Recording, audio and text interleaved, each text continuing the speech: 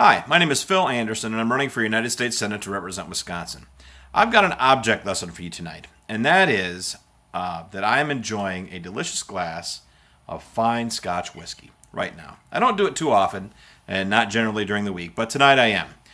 But I was thinking, as I was enjoying this, what if the United States government were in charge of producing Scotch whiskey for us? What if the government had a monopoly on providing Scotch whiskey? What would it taste like? Well, the more I thought about it, the more I thought it would probably be terrible, not very well distributed, poor quality, and overly expensive, because that's pretty much what the government does. And I'd like you to think about the things that you really like to enjoy in your life, no matter what they are. They could be cars, it could be pizza, it could be cigarettes, it could be anything. What if the government were in charge of producing diamonds? How expensive would they be? What kind of quality would we get?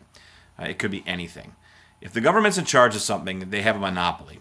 And because there's a monopoly, then they don't have the incentive to produce something that's very good, because they're not competing with another entity to compete for your dollars. So they'll just produce whatever, and you'll have to consume it or not consume it. But because the government's not competing against anybody, they don't generally lose money either.